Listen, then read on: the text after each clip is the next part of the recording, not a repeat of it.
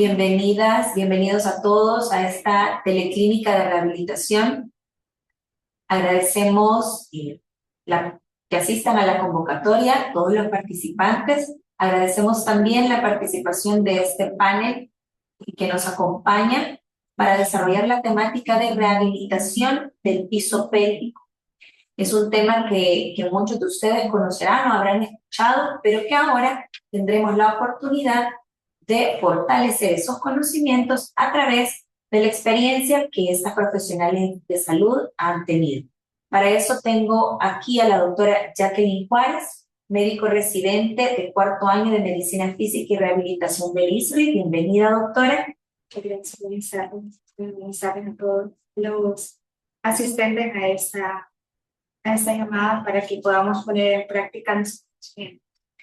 Gracias. Y a la licenciada Claudia Nerio, que es terapeuta físico y coordinadora de terapia física del Centro del Aparato Locomotor, con bastantes años de experiencia. Bienvenida, licenciada. Muchas gracias. Y bueno, gracias a todos los que se conectan. Y esperamos que sea de provecho. Así será. Bueno, damos inicio con el caso clínico. Buenas tardes. Vamos a iniciar con el caso clínico, este tema de rehabilitación del piso pélvico, que tenemos la iniciativa el Centro del Aparato Locomotor del ISRI, tener ese tipo de pacientes, cual vamos a presentar este día, posteriormente.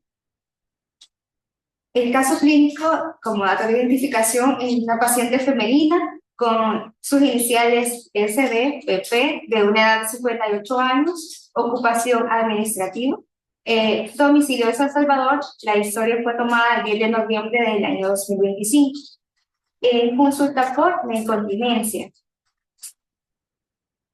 En esta ocasión, la paciente consultó por un antecedente de neumatosis uterina tratada inicialmente en el año 2017, luego tuvo una recurrencia de los miomas en el 2019, por lo que se practicó una esterectomía radical.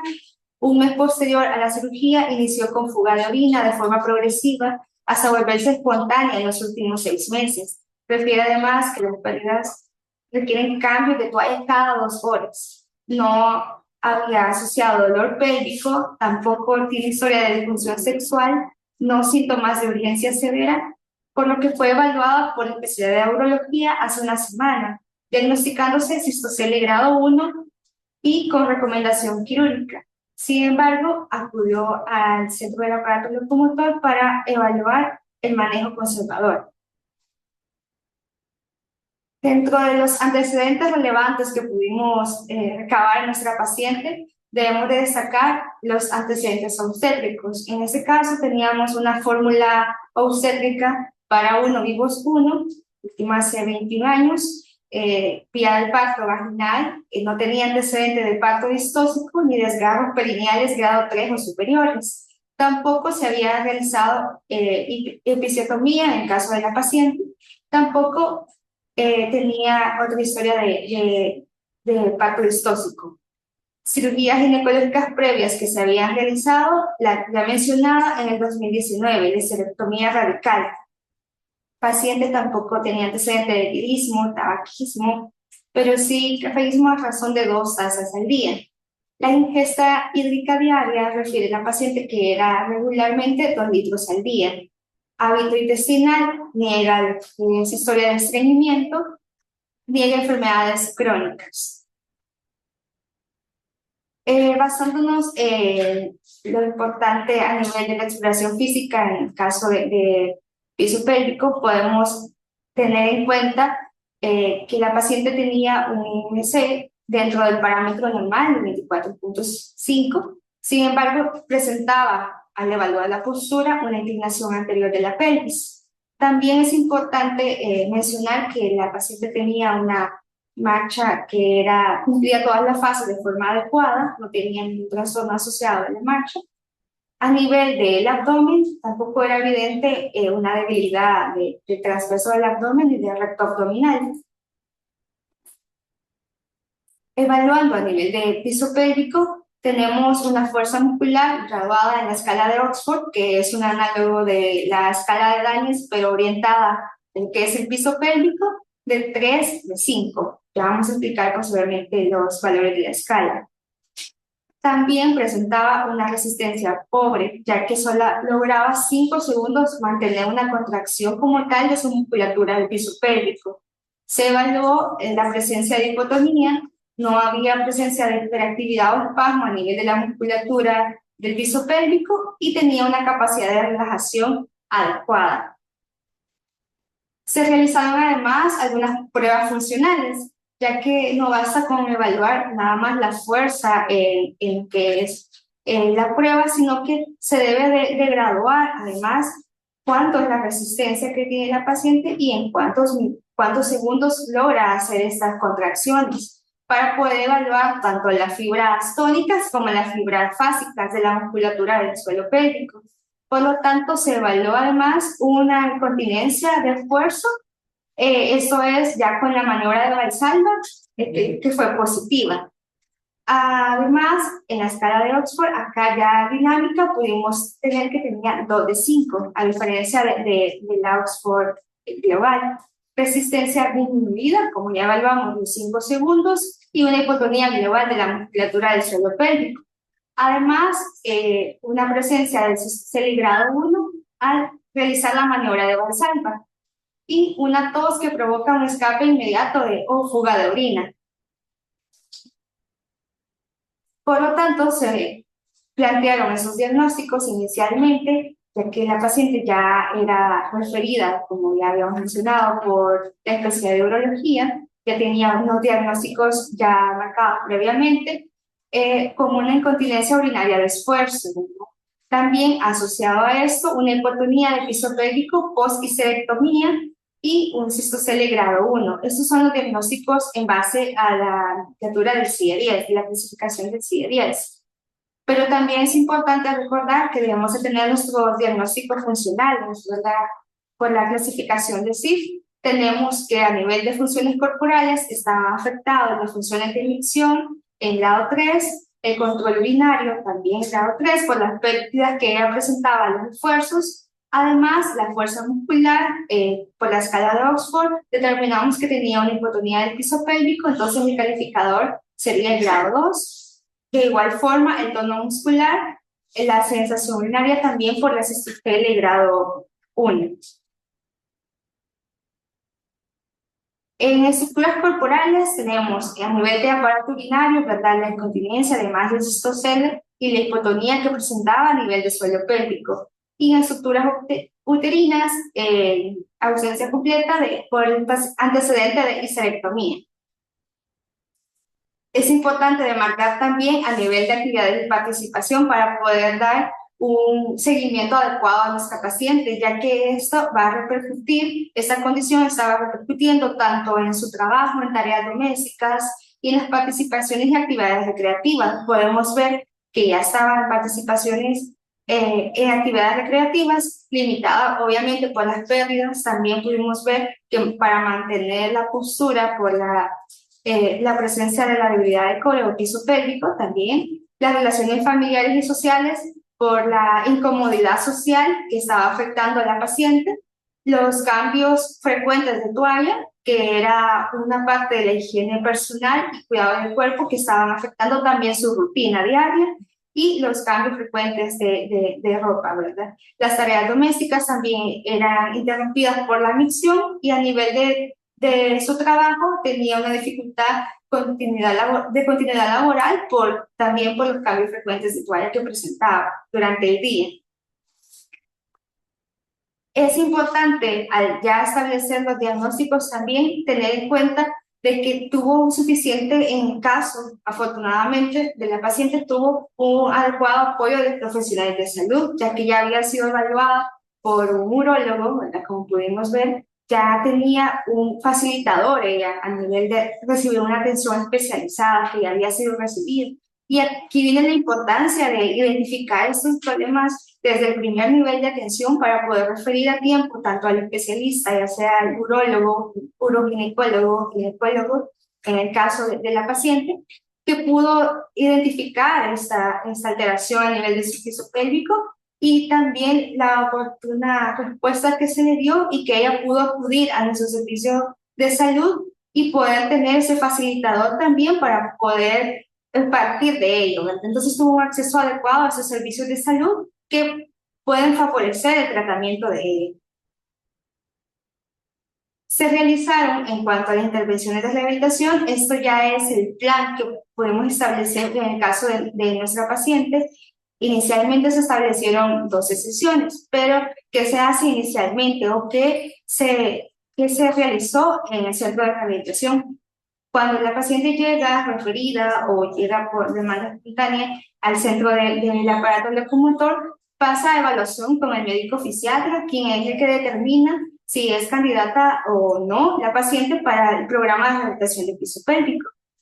Dentro de este programa tiene inicialmente una parte educativa, ¿verdad? Porque es importante explicar a la paciente en qué consta su musculatura pélvica y qué función tiene, para que ella pueda ser consciente de esta musculatura y poder entender los ejercicios o toda la metodología del plan que vamos a seguir con ella.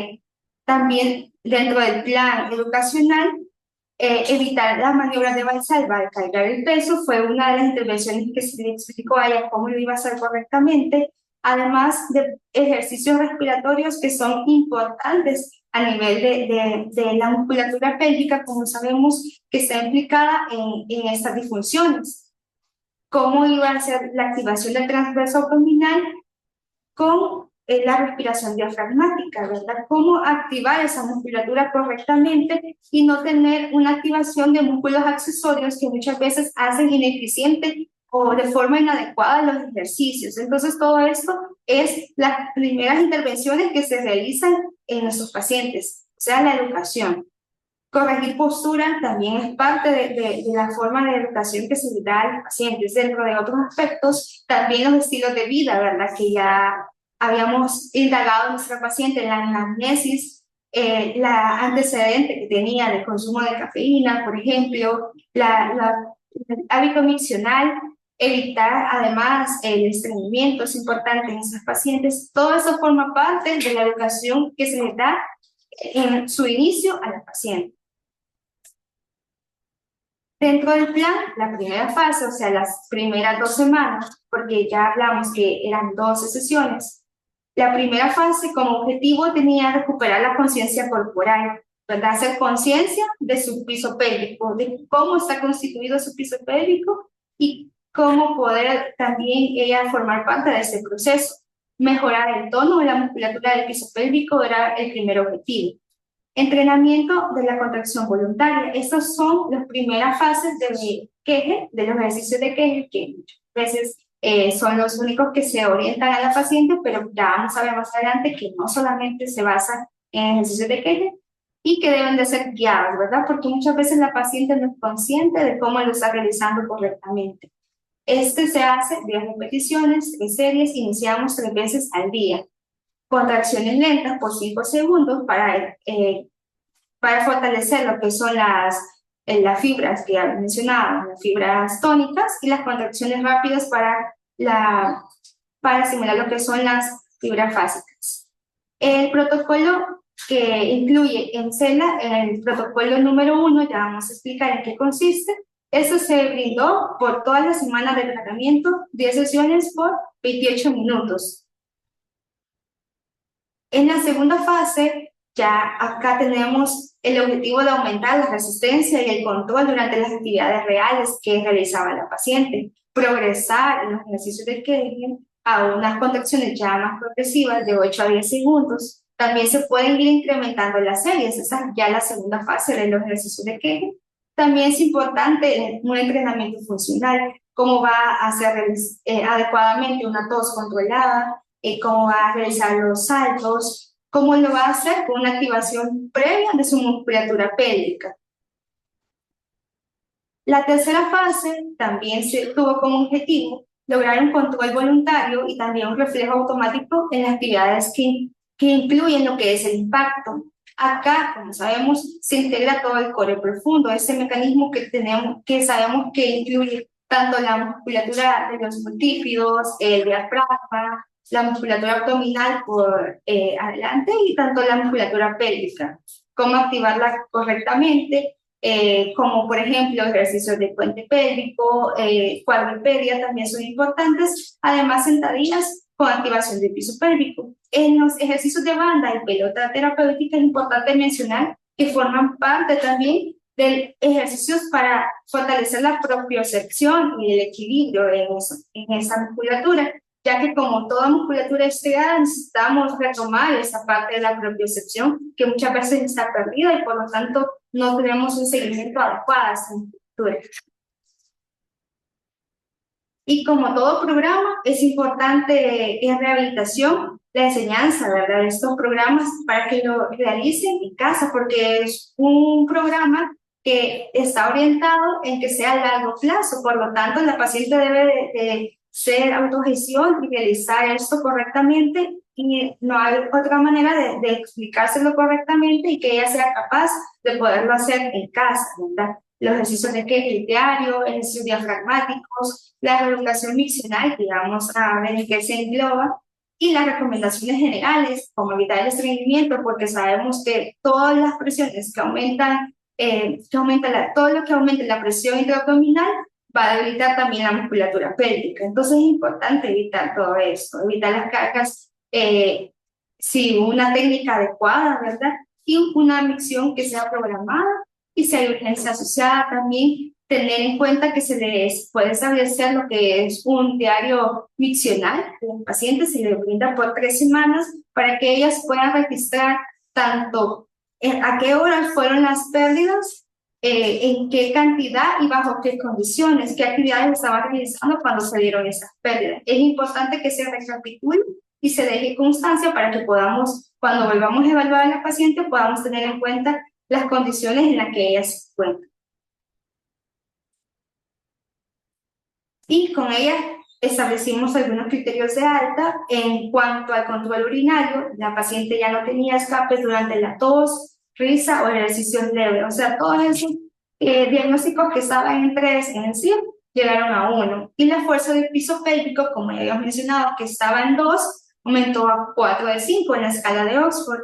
Y la resistencia, teníamos de 5 segundos, logramos hacer más de 10 segundos de resistencia de la contracción del suelo pélvico, y a la paciente era independiente en su programa domiciliario de mantenimiento, ¿verdad? No sé si hasta el momento tienen algunas preguntas en base al caso clínico. Muchas gracias, doctora. Lo que abrimos ese espacio de preguntas para que ustedes puedan escribir las dudas que tengan sobre este interesante caso. Definitivamente les leemos en la parte de comentarios. Este es el momento y quienes quieran abrir el micrófono para hacer su pregunta pueden hacerlo también.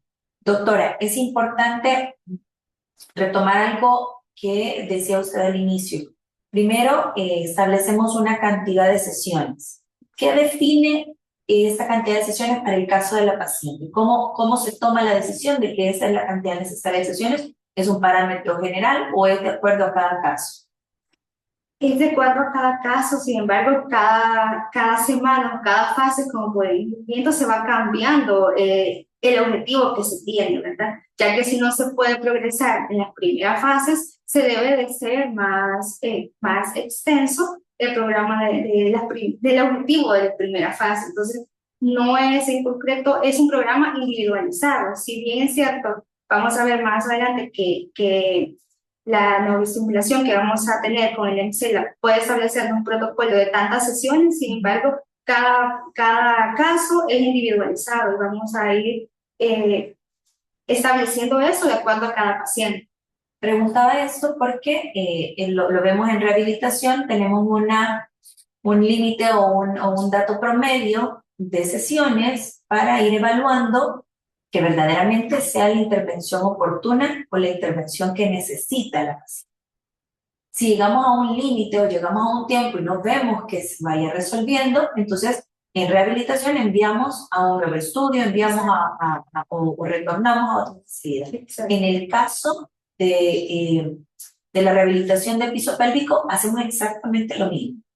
Después de ciertas sesiones y no vemos mejoría, podemos reevaluar. Exacto, se vuelve a reevaluar y aquí es donde viene la importancia del equipo multidisciplinario, si nosotros vemos que no hay una mejoría en cuanto a este problema del piso pélvico y sospechamos algo más, es necesario referirlo, ya sea con un urólogo, uroginecólogo, lo que nosotros determinemos, y es necesario también que se plantee si necesitamos alguna otra prueba diagnóstica, que tenga un trastorno asociado a nivel anatómico, por ejemplo, y que necesite otro estudio diagnóstico del paciente y poderlo establecer con nuestra reevaluación.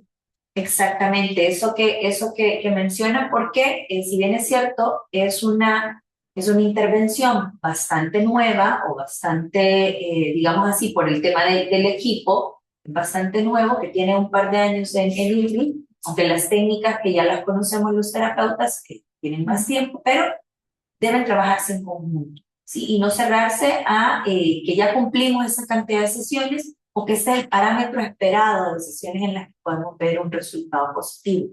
¿Para qué? Para que cuando hablamos y vamos a la siguiente parte de la educación sobre el tratamiento, primero el componente anatómico, que en el caso de las mujeres quizás es un poco más práctico cuando de una mujer hablamos a otra mujer sobre el componente anatómico. Pero luego viene el tema de los objetivos de tratamiento, porque así como en todo el proceso de rehabilitación es consensuado con la paciente, aquí tenemos que dejar claro eso que ustedes están mencionando. Sí, que el tema de la rehabilitación de piso pélvico es un componente que va de la mano con otras áreas, con otro equipo multidisciplinario y no únicamente con la tecnología, que en este caso es Vencela, sino también con otras técnicas, ¿verdad? ¿Cuáles serían esas técnicas que ya habíamos mencionado solo para reforzarlas que deben llevarse de la mano en serio? En Chile no es solamente eso, ¿verdad? Poder establecer la terapéutica como cualquier otro músculo que trabajamos, necesitamos fortalecerlo por medio de ejercicios, no solamente de la musculatura pélvica, sino que recordemos que eso es parte del core profundo, ¿verdad? Entonces necesitamos también fortalecer la musculatura abdominal, la musculatura lumbar, ¿verdad? Y también buen control del diafragma, ¿verdad? Todo es global para poder trabajarlo y poder hacerlo de forma adecuada. Además, los estilos de vida, ¿verdad? Que ya vimos que son sumamente importantes factores de riesgo modificables, porque de repente, no se dio en nuestro caso clínico, pero hay una paciente que pueda tener obesidad, por ejemplo, y se ha hecho estudios que al disminuir el 10-15% del peso, disminuye también el grado de incontinencia. Entonces, el tabaco es otro factor de riesgo porque está asociada a la, por ejemplo, una broncopatía va a condicionar a una tos crónica, un aumento de la presión abdominal y una disfunción del piso pélvico. O sea, es para englobarnos en todo esto. Todo lo que pueda hacer un aumento de las presiones intraabdominales vaya a debilitar el piso pélvico. Así como el estreñimiento, que era otra causa que podíamos ver en los estilos de vida, ir a cambiar todo esto que es parte de la educación de la paciente y dejar de lado el hecho de que es muchas veces un tabú, porque la gente no, los pacientes probablemente no están asociando el tipo de musculatura que siempre sigue siendo un músculo estriado, por lo tanto debemos de también tener los cuidados que a otro músculo le pueden movilizar en cuanto a rehabilitación. Así es. Esto lo veíamos en el diagnóstico funcional, en ese resumen que usted nos presentó, donde vemos los factores no solamente anatómicos o biológicos que nos llevaron a esa situación, sino también los factores ambientales que pueden ser, que también involucran el bienestar o no de la paciente. Hablaban del manejo de enseñanza del tos, de la respiración, de no cargar objetos pesados. A partir del alta de la paciente, tenemos que dar un seguimiento, porque si no es de esa manera, podemos recurrir al problema o que este problema se vuelva frecuente. Exacto. Como cualquier otro músculo, si se deja de entrenar, ¿verdad? Puede volver a debilitarse. Entonces, esa es la importancia de que sea un programa domiciliario de continuidad, ¿verdad? Para que la paciente sea empoderada y pueda establecer ella misma su plan de tratamiento. Correcto. Excelente. Bueno, tenemos por aquí algunos comentarios desde Las Chinamas, desde Chalchuapa, desde Hilo Vasco, desde La Palma, Chalatenango y desde el Hospital San Juan de Dios de Santa Ana. Excelente ponencia y muchos saludos, ¿verdad? Así es que vamos a continuar mientras preparan las preguntas que tengan o para que puedan resolver las siguientes dudas a través de la ponencia que vamos a continuar. Licenciada, por favor.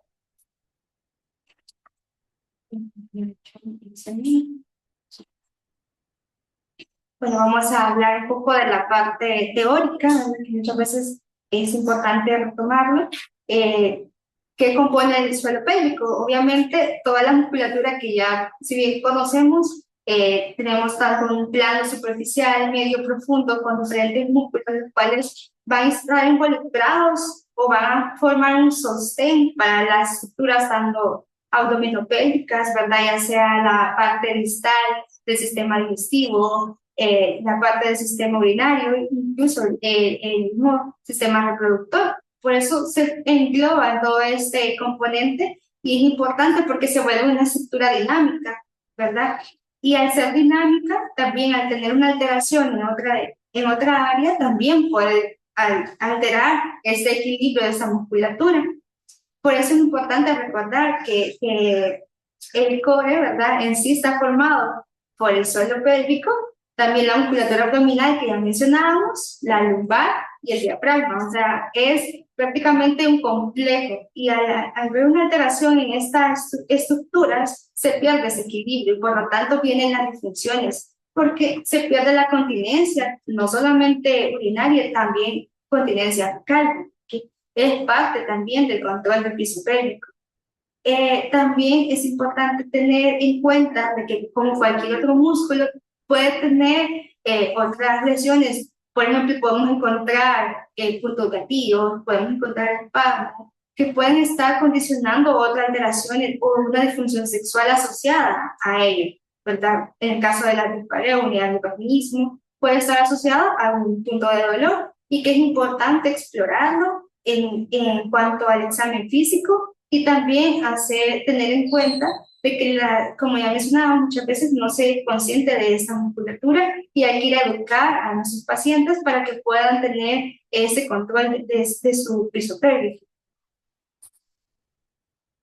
En rehabilitación es importante tener en cuenta de que todos los que nosotros vamos a hacer, todas las intervenciones que vamos a realizar, van a ir orientadas a mejorar la calidad de vida de los pacientes. Por lo tanto, todas estas intervenciones que hemos hablado, tanto corregir algunos patrones que se tengan, por ejemplo, patrón miccional, patrón defecatorio, las recomendaciones que podamos dar a nuestros pacientes, tanto higiénico-dietéticas, la conducta miccional, se vuelve un todo junto con el ejercicio, la activación correcta del piso pélvico y todo lo que podamos tener en cuenta para poder llegar a ayudar a nuestro paciente a recuperar su calidad de vida que muchas veces se ha perdido con ese tipo de disfunciones, ya que se pierde esa autonomía y muchas veces es un tema tabú que es difícil hablarlo en una consulta médica. Por eso es importante que en la consulta de rehabilitación, al detectar una alteración de esa musculatura, se pueda dar un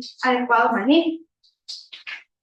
Teniendo en cuenta que hay muchos problemas que llegan a afectar el piso pélvico, pero las más comunes que se han dado como el diagnóstico de referencia son las incontinencias urinarias y el prolapso de órganos genitales.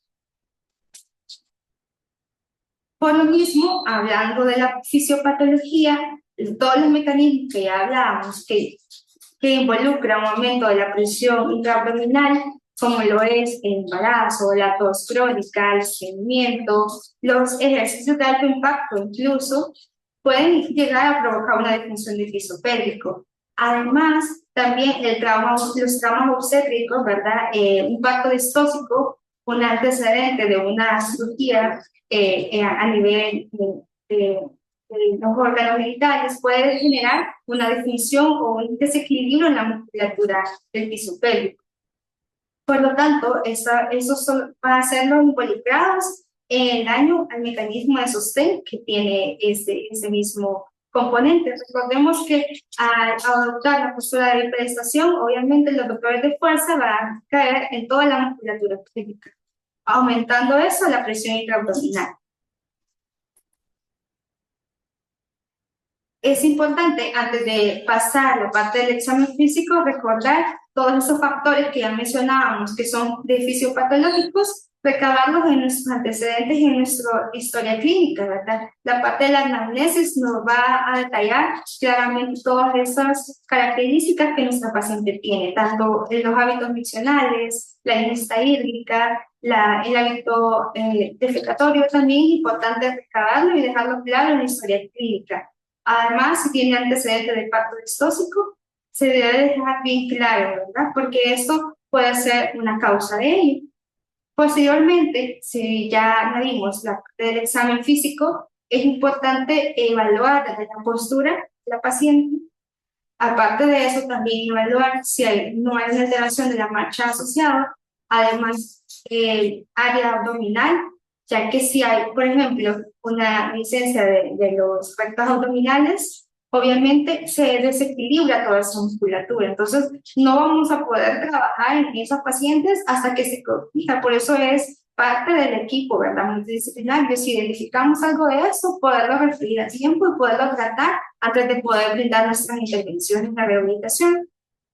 Eso es parte de la musculatura abdominal. Ya pasando a la parte perineal como tal, recordemos que hay un triángulo genital anterior, ¿verdad? Y un triángulo posterior. Es importante evaluar toda esta parte genital en busca de algún tipo de lesión, tipo de atrofia. Incluso es importante evaluar la parte de la sensibilidad en los metámeras S3, S4 que se encuentra a este nivel, porque muchas veces vamos a tener presencia de hipoestesias, hiperestesias, disestesias, incluso lo que ya mencionaba a nivel de la musculatura, puntos gatillos.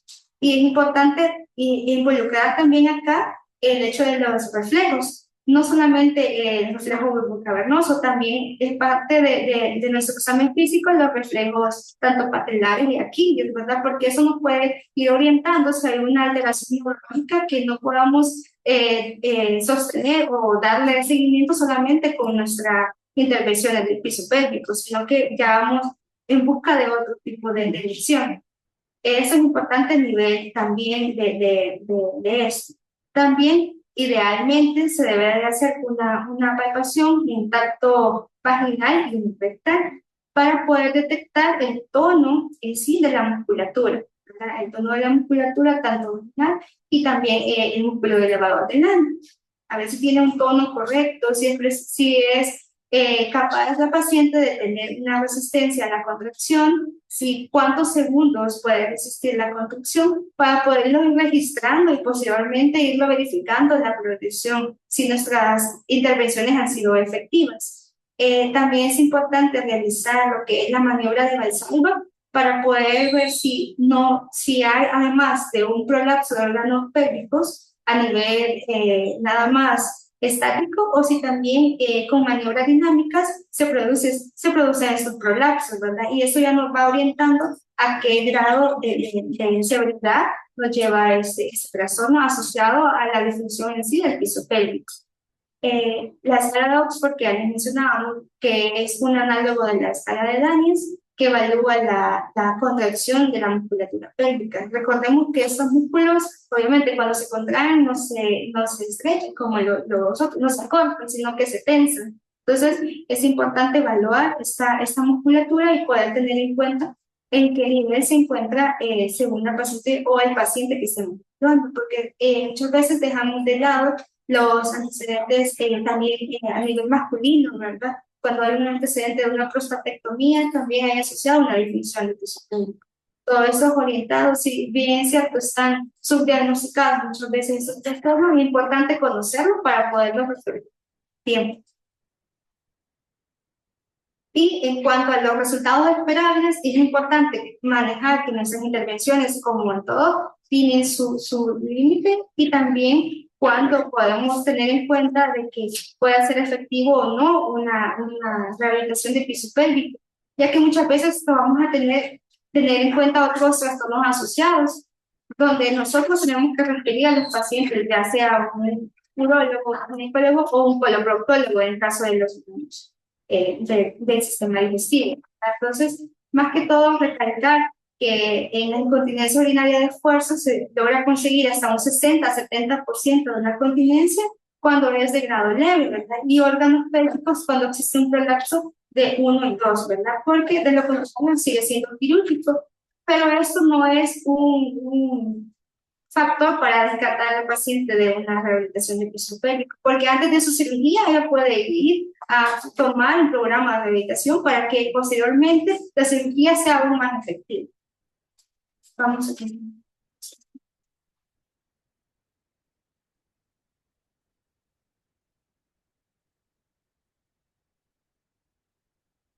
Bueno, buenas tardes a todos. Para continuar, vamos a hablar sobre las intervenciones en rehabilitación para los piso pélvicos. Y dentro de todas estas intervenciones, como primer punto están las recomendaciones que les hacemos a cada paciente que se nos ha referido. Y en primer lugar está acerca de la higiene. La higiene se le explica al paciente la limpieza que debe tener a nivel de su área genital. Y en cuanto a las dietéticas, a las recomendaciones dietéticas, como la doctora ya lo mencionó, pues les explicamos que se tiene que hidratar bien, que hay que comer frutas, que comer fibras para evitar posibles procesos de estreñimiento. En la conducta miccional adecuada, pues se le explica que pues tenemos que tener como ya nuestro horario, ¿verdad? No aguantar muchas horas sin ir al baño. En los programas de rehabilitación del suelo pélvico, pues ya ahí iniciamos ya de lleno a lo que es ya el programa. Esta es nuestra área, el centro del aparato locomotor. Aquí podemos ver el equipo. Esa es la silla, el monitor, ¿verdad? Que tiene una pantalla táctil donde aparecen los protocolos ya establecidos aquí. El protocolo 1, que tiene como objetivo estimular secuencialmente cada músculo que compone nuestro suelo pélvico. Y de esta forma, pues facilita de forma neuromuscular esta área, fortaleciendo cada músculo y nos ayuda pues a lo que es la relajación muscular. Dentro de las indicaciones para poder referir a un paciente a esta terapia, a este tipo de terapia, está lo que son las incontinencias urinarias de esfuerzo. Otros tipos de incontinencia urinaria, las incontinencias urinarias en hombres, después del procedimiento de la prostatectomía, la debilidad de los músculos del suelo pélvico, cuando hay atrofia del músculo pélvico, y después podría ser después de un tratamiento quirúrgico, cuando hay prolapso de órgano pélvico y en una rehabilitación postparto. Es bien importante recalcarle, ¿verdad?, de que nuestra vía como de referencia, cuando el paciente llega hacia nosotros, tiene que ser a través de una evaluación del médico. Puede ser el urólogo, el ginecólogo. Esa es nuestra vía. Ya posteriormente llega al centro, lo evalúa nuestro oficial y luego de esa evaluación, pues ellos ya dejan un plan, ¿sabes? Nosotros lo continuamos y luego que terminamos el ciclo, hay una nueva evaluación, una reevaluación por parte del médico oficial. Ya ellos evalúan si las mejorías que se han tenido. El protocolo número 1, aquí se puede observar la pantalla donde aparece el ciclo de terapia. Los ciclos son de 10 a 12 sesiones. Va a depender de la evaluación, ¿verdad?, o del criterio del médico, como refiere. La duración del procedimiento es de 28 minutos, pero la máquina tiene como 1 minuto de preparación. En este minuto de preparación, nosotros explicamos a la paciente a través de una lámina que tenemos impresa, donde se encuentra el área genital. Le enseñamos precisamente dónde va a ser el punto exacto, ¿verdad? Que va a estar donde va a ir dirigido el estímulo. Luego la frecuencia podría ser de 2 veces en la semana. Tratamos que sea, por ejemplo, de lunes y viernes o martes y viernes, que tenga como un espacio, ¿verdad? Para evitar fatiga muscular. El protocolo número 2, como objetivos tiene la estimulación intensa de los músculos del suelo pélvico, el fortalecimiento muscular, mejora la microcirculación de esa zona, ¿verdad? Y también pues logra una relajación muscular. En el protocolo número 1 es como más dirigido a ambos están dirigidos a las incontinencias, pero el número 1 como que es igual a las incontinencias, ya sea urinarias o fecales. Ya como que el protocolo número 2 es como más intensa la estimulación, es como más fuerte, más fuerte la estimulación que llega a la musculatura del cuello pélvico. Dentro de las indicaciones, pues está que previene atrofia muscular en lo que es la región del suelo pélvico, en la incontinencia urinaria, la disfunción sexual, el dolor pélvico crónico en hombres y mujeres. Generalmente, todo paciente que tiene una incontinencia refiere a un dolor pélvico. Cuando nosotros le tomamos la historia, ellos nos refieren ciertos datos, que a veces por pena, culturalmente, pues, como que les da a veces pena decirle al médico, ¿verdad? Ciertas cosas. Entonces, ahí vamos tomando nota de todo lo que ellos nos refieren, ¿verdad? Nosotros lo escribimos y eso le ayuda al médico para que cuando él reevalúe, pues ahí va a ver si es necesario dejar un nuevo ciclo de terapia, ¿verdad? De igual forma, el protocolo número 2 puede ser de 10 a 12 sesiones de tratamiento. Igual, en la duración del ciclo es de 28 minutos con el minuto que tenemos como de preparación, donde se le explica todo al paciente. Y la frecuencia igual puede ser de 2 veces por semana, 2 veces en la semana. Esto es bien importante, las contraindicaciones. En los casos en que no vamos a colocar en caso de embarazo, importante en la implantación de controladores de frecuencia cardíaca, bombas de insulina, otros dispositivos electrónicos implantados, implantes metálicos, cuando hay afecciones somáticas graves que incluyen, por ejemplo, la insuficiencia respiratoria cardiovascular. Entonces, si les explicamos al paciente que si hay algún implante, pues no, ¿verdad? De hecho, cuando nosotros colocamos al paciente en la silla, le explicamos antes, ¿verdad?, que tiene que tener cinturones que contengan metales, llaves, monedas, nada de que tenga metales. Dentro de la contraindicación del siguen las arritmias cardíacas no controladas, condiciones febriles, los tumores malignos, los trastornos de distancia graves en la menstruación. Es importante hacerle hincapié a las señoras, en este caso, durante ese proceso, pues no lo podemos colocar en niños.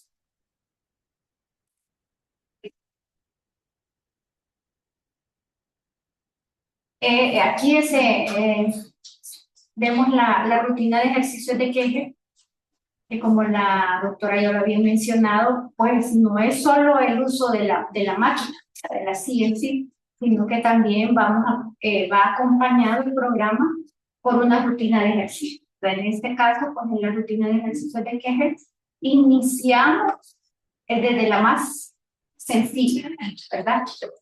Primero le explicamos a la paciente o al paciente que ubique el el área donde se encuentran los músculos pélvicos, porque es bien difícil a veces que podamos decir, explicarlo. Y ahí les explicamos que una de las técnicas es cuando vamos al baño y detenemos el chorro de orina. Esa contracción que hicimos, pues ahí está trabajando la musculatura del suelo pélvico, ¿verdad? Entonces eso es lo que se le explica al paciente.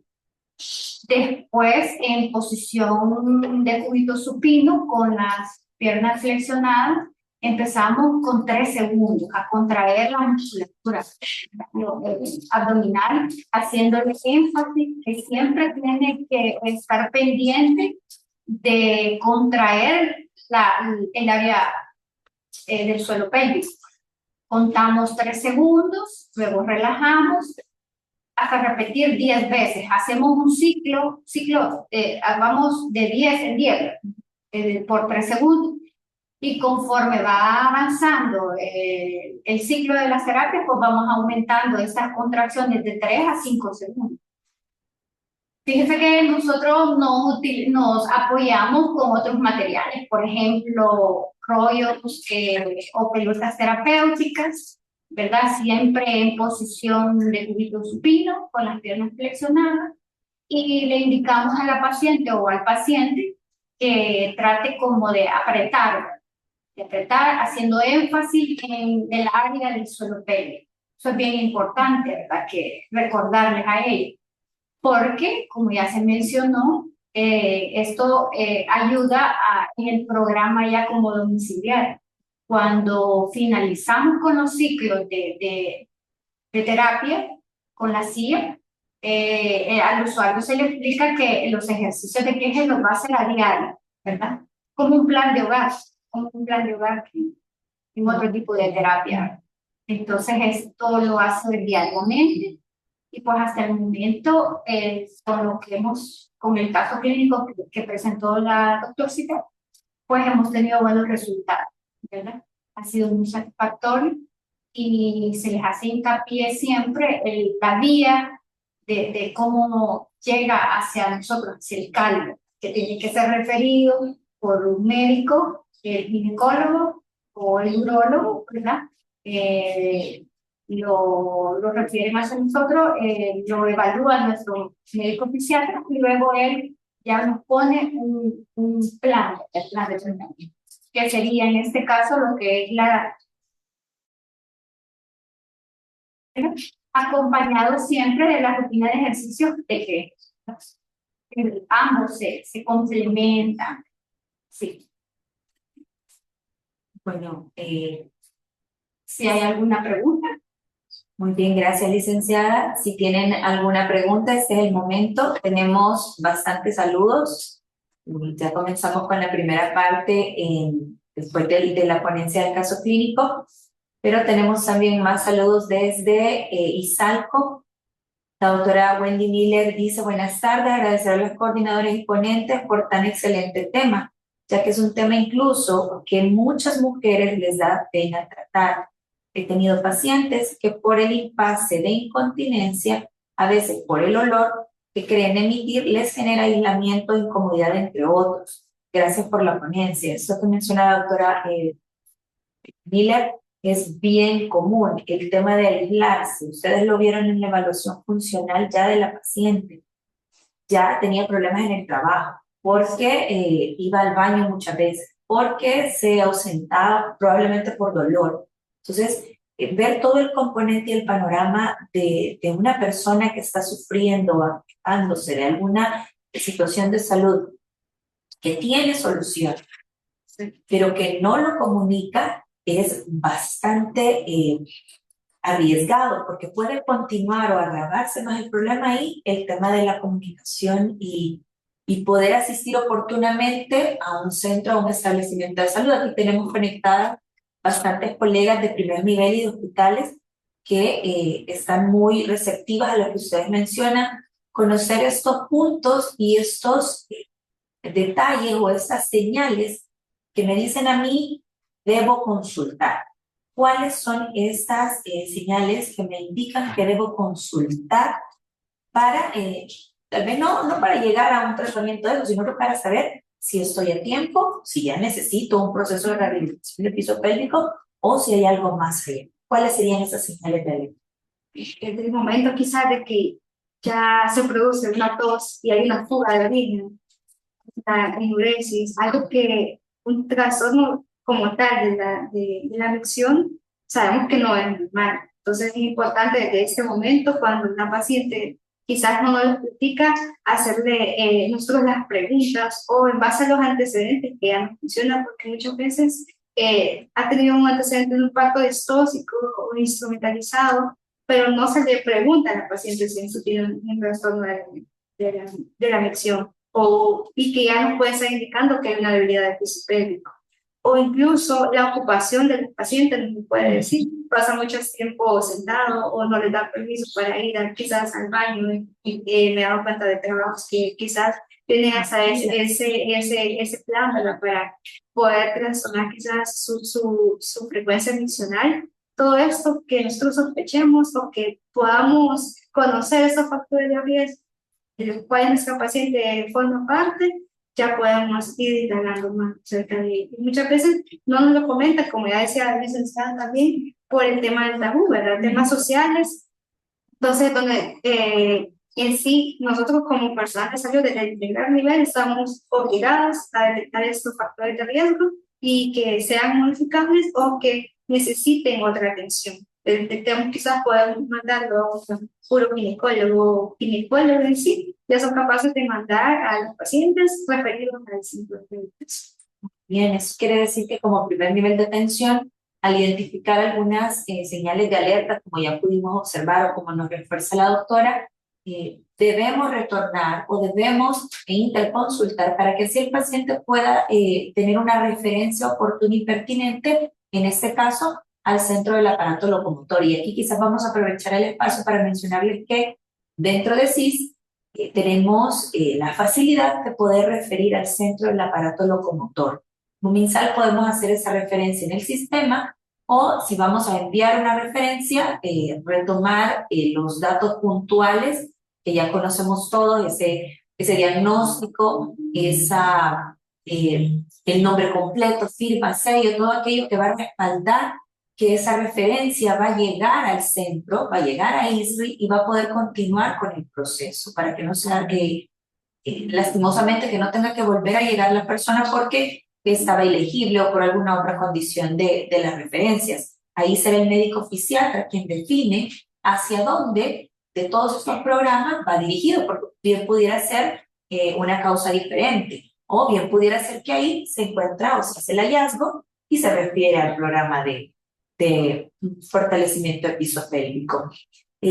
También desde el Hospital Nacional de Chalchuapa, Carolina Estrada envía saludos del Departamento de Fisioterapia, dice excelente ponencia. El doctor Cerros desde el Policlínico de San Salvador también.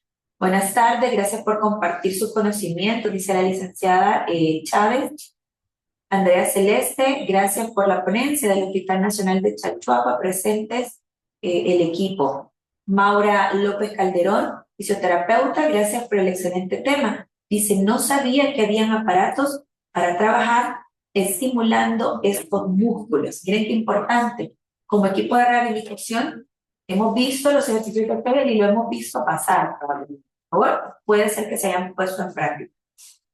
Pero importante saber que todo el bagaje que encierra el fortalecimiento, todo el equipo, no solo equipo sanitario, sino todo el equipo, digámoslo así, tecnológico, todo el equipo del personal de salud, todos los que están facilitando que ese proceso se dé, existe y se puede acceder a estos servicios. Otro punto importante es pensar que era un tratamiento solo para la mujer. Estos tratamientos también pueden ser aplicados a hombres. Piso pélvico lo único que difiere va a ser el útero, ¿verdad? Y el resto de músculos, pues, ahí está. Entonces, también en los hombres, estas mismas señales, estas mismas condiciones de salud que pueden ser alertas para que puedan visitar un centro y los médicos poder referir al ISRI. Tenemos también saludos desde Ciudad Barrios. Gracias por compartir sus conocimientos, Karina Lara. ¿Hay alguna otra forma, pregunta Karina Lara, de estimular que no sea ese tipo de CIA y que se pueda hacer una buena estimulación? Sí, pues, bueno, de verdad que nos alegra bastante que estén bien receptivos, ¿verdad? Y que pues nos estén saludando. Y sí hay otra forma, y de hecho nosotros como Centro del Aparato Locomotor lo hemos realizado desde antes, ¿verdad? Por medio de lo que son los TENS portátiles. Nosotros colocábamos los electrodos, ¿verdad? Sí, en las actividades anteriores. Y de esa forma, pues se hacía lo que es el estímulo, ¿verdad? A lo que es el piso pélvico. Otra de las formas era colocarlo directamente en el contorno de lo que es el área genital. Pero eso es bastante como incómodo para la paciente, ¿verdad? Porque de hecho ya existe que culturalmente ese tabú que nos da vergüenza, ¿verdad? Decir que nos duele, ¿verdad? Explicar. Entonces como que era bastante incómodo hacerlo, pero sí se puede, ¿verdad? A través del uso del TENS portátil. Sí, como ya menciona el licenciado, ¿verdad? Hay varias modalidades, ¿no? A diferencia de la que es una electromagnética ya focalizada, una neuromodulación del tibial posterior, porque está orientada a las mismas terminaciones nerviosas o las raíces, ¿verdad? Sacras que estimulan a nivel de músculo detrusor, inervado también, que llegan al tibial posterior, entonces se neuromodula cuando hay una incontinencia urinaria, por ejemplo, de urgencia, por un detrusor hipotónico, perdón, el detrusor. Entonces, ahí se asocia también el componente que ya mencionaba la licenciada, ¿verdad? Una neuromodulación de nervio tibial posterior también es efectivo en algunos tipos de incontinencia, ¿verdad? Sin embargo, no en todos los tipos. Entonces, en cambio, el equipo que ya se mostró y que ya explicó la licenciada va más que todo al fortalecimiento de la musculatura en sí, no en parte al músculo detrusor como tal. Sin embargo, se pueden asociar, ¿verdad? Pueden ser, pero son como, ya sabemos, diferentes mecanismos por los que va a llegar esa neuromodulación, ¿verdad? También hay otro equipo que incluye el biofeedback, ¿verdad? Que eso es más que todo para tener el mismo control, ¿verdad? Cuando el paciente no tiene conciencia de su musculatura del piso pélvico, se colocan esos sensores y es como prácticamente como una sonda para que vayas haciendo el estímulo y se ponen otros a nivel abdominal, a nivel glúteo, a nivel de aductores y se ve si en realidad la paciente está contrayendo su musculatura pélvica. Pero ya son otras tecnologías que también se pueden asociar. Sí. Muy bien, interesante. Con eso creo que hemos dado respuesta a Karina de Lara. William Martínez dice, agradecemos que compartan sus conocimientos. Abigail Rivera desde el Hospital Nacional de Ciudad Barrios, manda saludos. Y doctora Miller dice que se tuvo que desconectar, pero que sí podemos reforzar cómo deben hacer los médicos de primer nivel para dar esta educación en etapas tempranas. ¿Cuándo será que ya debe ir a rehabilitar o a este tipo de rehabilitación o cuándo es el momento que debe hacerlo? Y devuelve la pregunta de los criterios de referencia que hablábamos al inicio, por el hecho que se tuvo que desconectar. Si gusta, podemos reforzarlo para que lo tengan claro quienes han tenido dificultades de audio. Como ya mencionaba la licenciada, se evalúa prácticamente en sí todas las pacientes que sean referidas, ya sea por médico urólogo, uroginecólogo, ginecólogo o coloproctólogo en caso de incontinencia fecal. Posteriormente, evalúa fisiatra en el centro de rehabilitación. Los criterios en sí son establecidos por una incontinencia que ya mencionábamos, un trastorno de la erección que ya provoque ante los mínimos esfuerzos, moderados esfuerzos, una fuga de orina ya es un trastorno, ¿verdad? Ya es una probable disfunción del suelo pélvico, entonces es importante referirlo al especialista para que él también pueda hacer una referencia ¿verdad? Al centro de rehabilitación. Muy bien, gracias, doctora. Gracias, licenciada. Pregunta Gloria Reyes. ¿Podemos, en el caso de Oriente, referir a Prior para esta intervención o debe ser únicamente a LIS? Pues podría ser al criol, ¿verdad? Es lo que usted explicaba, que ahora se puede hacer a través del CISBER, ¿no? Ellos pueden dar la referencia. En sí se puede hacer únicamente al centro del aparato locomotor y clínico.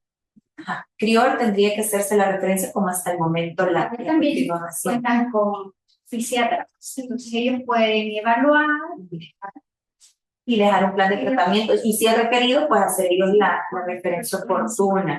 Muy bien. Preguntan cómo se llama el aparato para la incontinencia. se refiere a la silla. A las sillas, se refiere a la Así, silla. en cela. En cela. El equipo es de electroestimulación magnética. Bien.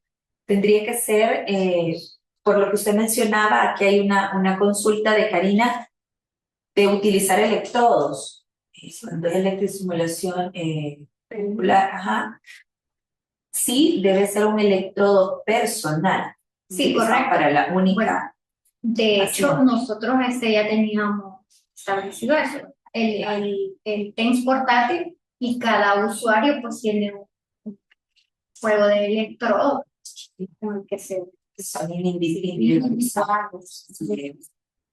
Muchas gracias, licenciada. Y más Falguero también del Hospital de Metapán y del Hospital de Nueva Guadalupe también. Saludos, envían y gracias por esta ponencia. Antes de terminar, vamos a reforzar dos cosas bien importantes. La primera, la referencia oportuna. Ya sabemos las vías, lo pueden hacer quienes tienen sí, quienes lo hacen de la manera en la que lo han estado haciendo, que vaya la referencia referida a fisiatra del ISP. Esa es la referencia que se requiere para que él pueda evaluar y poder hacer uso de ese tipo de prestaciones. La segunda, y que es bien importante, y quizás con esta vamos a cerrar si no hay más dudas, ¿qué podemos esperar? Y esa pregunta puedes contestarla ambas, del proceso de rehabilitación. Al final, yo tengo unos objetivos de tratamiento y para cada quien serán diferentes, pero de todos esos objetivos, ¿qué se espera de un proceso de rehabilitación de piso pélvico? ¿Qué esperamos obtener como producto? Bueno, fíjese de que ahí va a depender de la gravedad de cada diagnóstico, pero por las usuarias que han llegado con nosotros, pues le podríamos decir que en un 50%, pues sí se ha logrado el objetivo, que es disminuir la fuga. Como la doctora nos comentaba con el caso que expuso, la paciente nos decía, yo tengo un gasto grande, ¿verdad? Porque utilizamos unas toallas especiales. Entonces, con el primer ciclo que hizo de terapia, pues eso disminuyó de una toalla sanitaria a un protector. Y me decía que disminuyó costos. En el área laboral, pues ya no voy cada instante al baño. Y o sea, yo, en personal, pues, con los usuarios que hemos tenido, pues sí hemos logrado por lo menos un 50% de reducción de reducción incontinencia urinaria.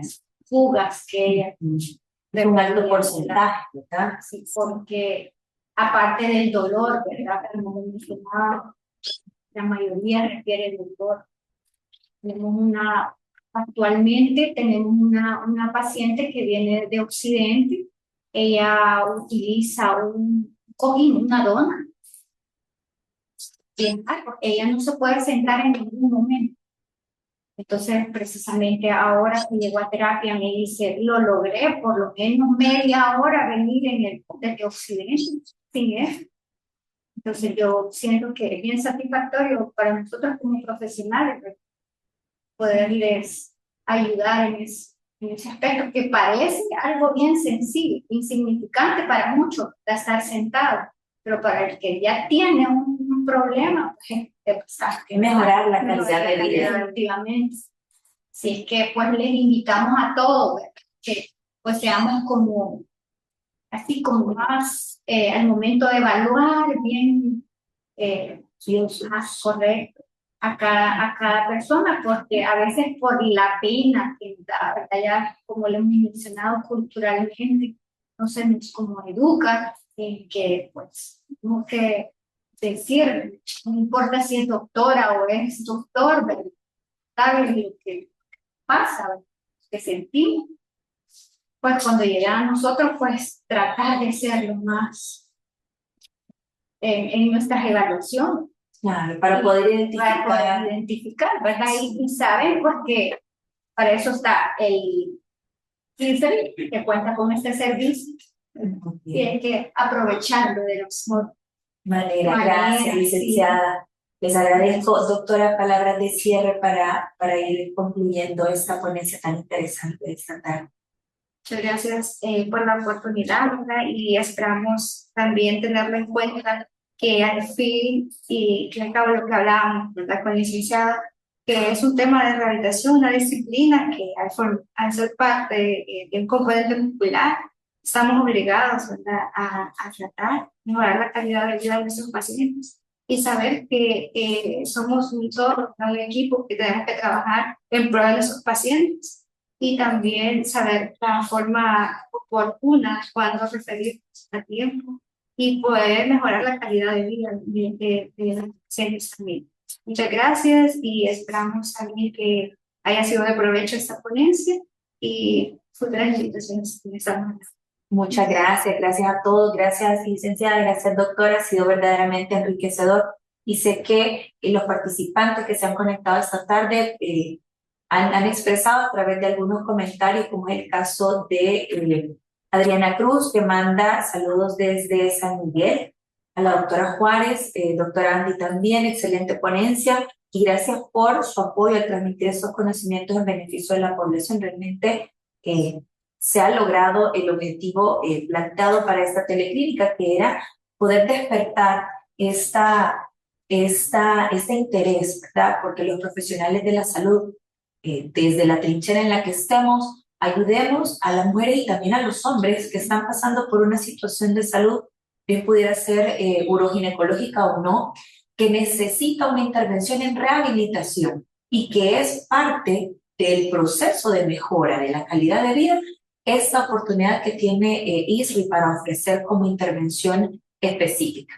Así es que le agradecemos en nombre de todos los participantes y esperamos, pues como no, verles próximamente en otras teleclínicas.